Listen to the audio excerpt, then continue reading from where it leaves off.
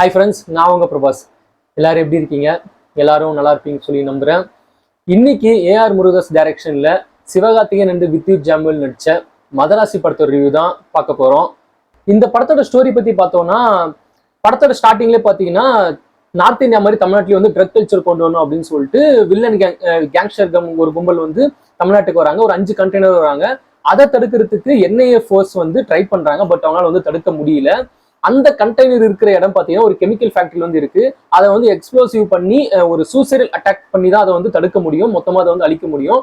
அதுக்கு வந்து என்ன பண்றாங்க பார்த்தீங்கன்னா, ஆல்ரெடி நான் சாக போறேன், யார் வந்து விட்டுட்டு போயிட்டா அப்படின்னு சொல்லிட்டு சூசைட் ட்ரை பண்ணி ஹாஸ்பிட்டல் இருக்கிற ரகுராம், ஸோ எஸ்கே வந்து அவங்க வந்து அந்த மிஷினுக்காக வந்து யூஸ் பண்ணிக்கிறாங்க. அவரை வந்து அந்த ஃபேக்டரிக்கு வந்து அனுப்புறாங்க. ஸோ அவரு வந்து அந்த கண்டெய்னர்லாம் வந்து வெடிக்க வச்சாரா, என்னாச்சு அப்படின்றது அந்த படத்தோட ஒன்லைன் ஸ்டோரியே. இந்த படத்தோட பாசிட்டிவ்ல இருந்து ஸ்டார்ட் பண்ணிடலாம். இந்த படத்தோட ஃபர்ஸ்ட் பாசிட்டிவ் யாருன்னு கேட்டீங்கன்னா, கண்டிப்பா நான் ஏஆர் முருகதாஸ் தான் சொல்லுவேன். ஏன்னா நம்மளோட விண்டேஜ் முருகதாஸ் வந்து கண்டிப்பா கம்பேக் சொல்லி தான் சொல்லி ஆகணும். ஏன்னா ரீசெண்டா வந்து நம்ம எதிர்பார்த்த பெரிய டைரக்டரோட படம் வந்து பெருசா எதுவுமே வந்து ஹிட் ஆகல. நிறைய ஹைப் ஏற்றி வந்து நல்லா டிசப்பாயிண்ட் தான் பண்ணாங்க.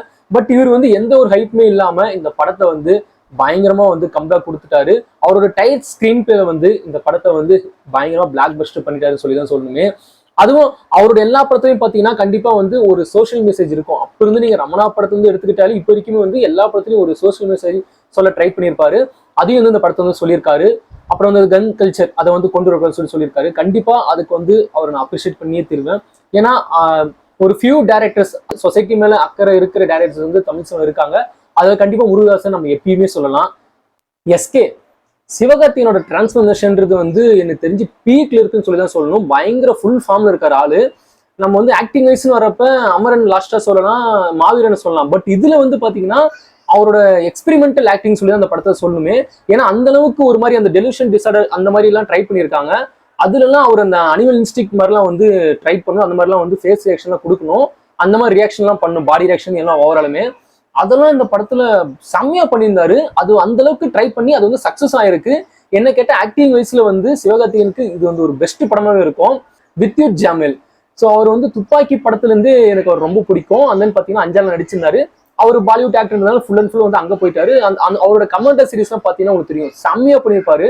அவருக்கு உண்மையுமே வந்து மார்ஷல் ஆர்ட்ஸ் தெரியும். அந்த அளவுக்கு ஸ்டன் சீக்வன்ஸ் செம்மையா பண்ணியிருந்தாரு. இந்த படத்துல கூட பாத்தீங்கன்னா எஸ்பெஷலி வந்து எஸ்கே கூட வந்து இன்ட்ரோ முருகதாஸ் வந்து அந்த அளவுக்கு கொடுத்துருக்க மாட்டாரு. அந்த சாங்கோட தான் ஸ்டார்ட் பண்ணுவாரு. பட் வித்யுத் ஜாம்வெலுக்கு விராட்டுக்கு வந்து அப்படி ஒரு இன்ட்ரோ கொடுத்திருந்தாரு ஸ்டார்டிங்லேயே. அந்த பாத்தீங்கன்னா இன்ட்ரோலுக்கு மேலே ஹாஸ்பிட்டல் ஒரு ஃபைட் சீன் வரும். அந்த ஃபைட் சீன்லாம் பிரிச்சு மேஞ்சிட்டாரு ஆளு. அப்படியே அந்த ஸ்கிரீன் பிரசன்ஸ் பார்க்கணுமே, கொளுத்திட்டாரு. அப்படியே ஸ்கிரீன் அவர் வர ஸ்கிரீன்ல அப்படியே தெரிக்குதுன்னு அவங்க தியேட்டர்ல அப்படிதான் இருந்தது.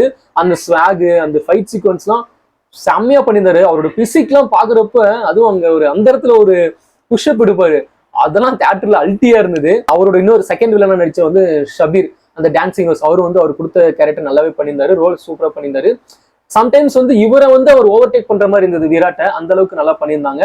அண்ட் தென் பாத்தீங்கன்னா ருக்குமினி வசந்த், ஸோ அவங்க தான் இந்த படத்தோட ஒரு மெயின் கோர்னே சொல்லலாம். ஏன்னா அவங்க ஒரு மாதிரி ஒரு பெரிய ஹீரோ படத்துல வந்து ஹீரோயினி வந்து சும்மா ஒரு 2 பாட்டுக்காக ஒரு லவ்க்காக யூஸ் பண்ணாம ஃபுல் அண்ட் ஃபுல் வந்து அவங்க வந்து இந்த படத்தோட டிராவல் பண்ண வச்சுதான் அவங்க கேரக்டருக்கான ஒரு ஜஸ்டிபிகேஷன் சொல்லி நான் சொல்லுவேன். ஏன்னா சும்மா ஜஸ்ட் லைக் தட் யூஸ் பண்ணாம கரெக்டா அவங்க வந்து யூஸ் பண்ணியிருந்தாங்க.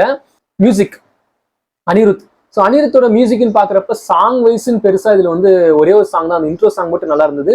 அதுக்கப்புறம் ஒரு சாங்ல எதுவும் பெருசா அவ்வளோ ஒன்றும் இம்பாக்ட் இல்லை. மியூசிக், ஸோ மியூசிக்ல வந்து எவ்வளவு முடியுமோ அவ்வளவு ஸ்கோர் பண்ணியிருக்காரு. அதே மாதிரி மதராசி அந்த ஒரே மியூசிக்கை வச்சே வந்து படம் ஃபுல்லா அடிச்சிட்டாங்க. அது இன்னும் கொஞ்சம் கம்மி பண்ணியிருக்கலாம். பட் மியூசிக்னு கேட்டா என்ன பொறுத்த வரைக்கும் ஆவரேஜ் சொல்லி தான் நான் சொல்லுவேன். இந்த படத்துல இன்னொரு பெரிய பிளஸ் சொல்றப்ப ஸ்டன் சீக்வன்ஸ் சொல்லிடலாம், ஆக்ஷன் சீக்வன்ஸ். அதெல்லாம் இந்த படத்துல செம்மையா பண்ணியிருந்தாங்க. ஃப்ரம் ஸ்டார்ட் டு எண்ட் வரைக்குமே வந்து படம் ஃபுல் ஆக்ஷன் தான். ஒரு கம்ப்ளீட் ஆக்ஷன் என்டர்டைனர் படம் தான் இது. அதை வந்து எங்கேயுமே போர் அடிக்காம கரெக்டா கொண்டு போயிருந்தாங்க. ஸ்டன் டீமுக்கு வந்து ஒரு பெரிய பாராட்டுகள், பிக் அப்ரிசியேஷன் சொல்லி தான் சொல்லலாம். அதே பாத்தீங்கன்னா சினிமோட்டோகிராஃபி, ஸோ முடிஞ்சளவுக்கு இந்த படத்தை வந்து எந்த அளவுக்கு நல்லா காட்ட முடியுமோ அந்த அளவுக்கு சினிமோட்டோகிராஃபி வந்து பயங்கரமா காமிச்சிருந்தாங்க. இன்னொன்று இந்த படத்தோட ஸ்டார்டிங்ல இருந்து நான் பார்க்கும்போது இந்த படத்தோட குவாலிட்டி நான் பார்த்தேன். படம் வந்து அவ்வளோ குவாலிட்டியா இருந்தது, ரிச்சா இருந்தது. ஒரு நல்ல படம் பார்க்குற ஃபீல் வந்து இந்த நம்ம படம் ஆரம்பிச்சு ஒரு 10 நிமிஷத்துல வந்து இந்த படத்தோட எனக்கு அந்த ஃபீல் வந்து கொடுத்துருச்சு. ஏன்னா அந்த அளவுக்கு இந்த படத்துல வந்து நல்ல ஒரு குவாலிட்டியா இருந்தது படம் பார்க்கறதுக்கே. இந்த மாதிரி படம்லாம் வர்றது இப்ப ரேரா தான் இருக்கு தமிழ் சினிமால. எனக்கு பர்சனலா பிடிச்சது வந்து முருகதாஸ். ஸோ அவரோட டைரக்ஷன்ல வந்து எப்பயுமே பார்த்தீங்கன்னா ஏதாவது ஒரு சோஷியல் மெசேஜ் கொடுக்கணும் சொல்லணும்னு சொல்லிட்டு ட்ரை பண்ணிட்டே இருப்பாரு. அவர் அப்ப எல்லா படமே அப்படிதான் ட்ரை பண்ணிட்டு இருப்பாரு. அதே மாதிரி வந்து இதுல எஸ்கேக்கு பாத்தீங்கன்னா அந்த டெலிஷன் டிசார்டர் சம்திங் இருக்கும். அது வந்து என்ன சின்ன வயசு ஒரு ஆக்சிடென்ட் அதுல அஃபெக்ட் ஆயிருப்பாரு. அதை வந்து என்ன ஆகுனா இப்ப யாராவது ஆக்சிடென்ட் ஆயிருக்காங்க, அவங்களுக்கு ஏதாவது ஹெல்ப் பண்ணணும் அப்படின்ற டைம்ல வந்து பிரச்சனை இருக்காங்கன்னா கண்டிப்பா இவருக்கு ஹெல்ப் பண்ற மாதிரி காமிச்சிருப்பாரு. தன்னை மாதிரியே மத்தவங்க நினைக்கிறோம், தான் கூட மாதிரி மத்தவங்க நம்ம பார்க்கணும் அப்படின்ற விஷயத்த சொல்லியிருப்பாரு. அது வந்து எனக்கு ரொம்ப பிடிச்சிருந்தது. ஏன்னா அதை வந்து நிறைய டைரக்டர்ஸ் இந்த மாதிரி வந்து சோஷியல் மெசேஜ் பேசுனா நம்ம ஆளு வந்து கொஞ்சம் எக்ஸ்ட்ரா போனா கூட கிரிஞ்ச் அப்படின்னு சொல்லி நம்ம ஆளுங்க வந்து கலாய்க்க ஆரம்பிச்சாங்க. ஸோ அதை வந்து அவர் பேசுனதுல கண்டிப்பா வந்து அவர் அப்ரிஷியேட் பண்ணலாம். எஸ்கே வந்து எங்கெல்லாம் ஸ்கோர் பண்ண முடியுமோ அங்கெல்லாம் வந்து ஆள் ஸ்கோர் பண்ணிட்டாரு. ஸோ காமெடி, ஸோ எங்கெல்லாம் வந்து காமெடி பண்ண முடியுமோ அங்கெல்லாம் கேப் கிடைக்கிறதெல்லாம் காமெடி பண்ணுவாருன்ற மாதிரி அதெல்லாம் பண்ணியிருந்தாரு. அதே மாதிரி அவரோட ஆக்டிங்கே பார்த்தீங்கன்னா இன்னசென்ட்டா இருக்கும். இன்னசென்ட்டா வந்து பண்ணியிருப்பாரு. திடீர்னு வந்து அந்த டிரான்ஸ்ஃபர்மேஷன், அந்த அனிமல் இன்ஸ்டிக்ட் ஆகுறது, ஃபைட் சீக்வன்ஸ் வரப்பெல்லாம் அப்படியே அந்த டிரான்ஸ்ஃபர்மேஷன் ஆகுறதுலாம் வந்து பயங்கரமா பண்ணியிருந்தாரு. ஸோ அவர் ஆள் ஃபுல் ஃபார்ம்ல இருக்காரு, அது நல்லாவே தெரியுது பாக்குறப்ப. அண்ட் தென் பாத்தீங்கன்னா இந்த படத்தோட நெகட்டிவ்னு பாக்குறப்ப பாத்தீங்கன்னா இந்த படத்துல வந்து டூ மச் ஆஃப் வயலன்ஸ் சொல்லி சொல்லலாம். ஏன்னா ஒரு மாதிரி வயலன்ஸ்ன்றது வந்து ரொம்ப அதிகமா தான் இருந்தது படத்துல, ரொம்பவே அதிகமா தான் இருந்தது. அதே மாதிரி பாத்தீங்கன்னா இந்த படத்துக்கு வந்து ஒரு மாதிரி லிமிடெட் லொகேஷன் யூஸ் பண்ணியிருந்தாங்களோ அப்படின்ற மாதிரி தோணுச்சு. ஏன்னா பெருசா எதுவும் படம் டிராவல் ஆகல, ஒரு சில இடத்துல மட்டுமே படம் டிராவல் ஆகுது அப்படின்ற மாதிரி தான் இருந்தது. அந்த ஒரு ஃபீல் எனக்கு கொடுத்தது. அதே மாதிரி செகண்ட் ஹாஃப்னு வர்றப்ப பாத்தீங்கன்னா ஒரு மாதிரி போயிட்டே இருக்கு படம், ரொம்ப டிராக் ஆகுது படம். ஒரு ஸ்டேஜுக்கு மேல வந்து ஸ்கிரீன் பிளே, அதான் அந்த ரன்னிங் டைம் இருக்குல்ல, ரன்னிங் டைம் வந்து லென்த்தா வச்சுட்டாங்க. 2 hours 50 minutes படம். ஸோ ஒரு மாதிரி டிராகியா போயிட்டே இருக்கு. அதே மாதிரி கிளைமேக்ஸ் போர்ஷனும் நல்லாவே இருந்தாலுமே கொஞ்சம் அதான் வயலன்ஸ்ன்றது அதிகமா இருக்கிறதுனால கொஞ்சம் அதிகமா இருக்கிற மாதிரி ஃபீல் ஆச்சு. மற்றபடி என்ன கேட்டா இந்த படத்துல வந்து சாங்ஸ் வந்து கட் பண்ணியிருந்திருக்கலாம். சாங்ஸுக்கு அவ்வளவு இம்பார்ட்டன்ஸ் கொடுத்துருக்க தேவையில்ல. ஏன்னா அதெல்லாம் வந்து அந்த அளவுக்கு இன்ஃபெக்டே ஆகல. இவ்வளவுதான் என்ன கேட்டா இந்த படத்துல வர நெகட்டிவ்ஸ் சொல்லலாம், மைனஸ் சொல்லலாம். பட் இந்த படம் வந்து கம்ப்ளீட்டான ஒரு நல்ல ஒரு பெஸ்ட் தியேட்டரிக்கல் எக்ஸ்பீரியன்ஸ் சொல்லலாம். இந்த இயர்ல வந்து one of the best theatrical experience சொல்லலாம். ஏன்னா அந்த அளவுக்கு படம் வந்து என்ஜாய் பண்ணி பாக்குற மாதிரி இந்த படம் வந்து தியேட்டர்ல இருந்தது. ஸோ என்ன கேட்டா அந்த நெகட்டிவ்ஸ்லாம் இருக்குல்ல, அதெல்லாம் வந்து கண்டிக்காதீங்க, கேட்காதீங்க, யாருமே வந்து பெருசா மதிக்காதீங்க. ஏன்னா படம் வந்து அந்த அளவுக்கு ஒர்த்தா இருக்கு. நம்ம இதையும் வந்து நிறைய நெகட்டிவ் ஸ்ப்ரெட் பண்ணி இந்த படத்தை நீங்க போட்டு ஏதாவது பண்ணிட்டீங்கன்னா இந்த மாதிரி படமும் வந்து கண்டிப்பா வராது. ஏன்னா இந்த படத்துல நிறைய பாசிட்டிவ், நிறைய அவ்வளவு விஷயம் பண்ணியிருக்காங்க. அதையும் மீறி நெகட்டிவ் கொஞ்சம் தான் இருக்கு. எனக்கு தெரிஞ்சு நெகட்டிவ் பெருசா சொல்லிக்கிற மாதிரிலாம் ஒண்ணுமே கிடையாது. அது இந்த மாதிரி கமர்ஷியல் படத்துக்கு நம்ம பார்த்தோம்னா இந்த மாதிரி படம் தான் எடுக்க முடியாது, வரவும் வராது. ஸோ நெகட்டிவ் வந்து பெருசா யாரும் பார்க்காதீங்க.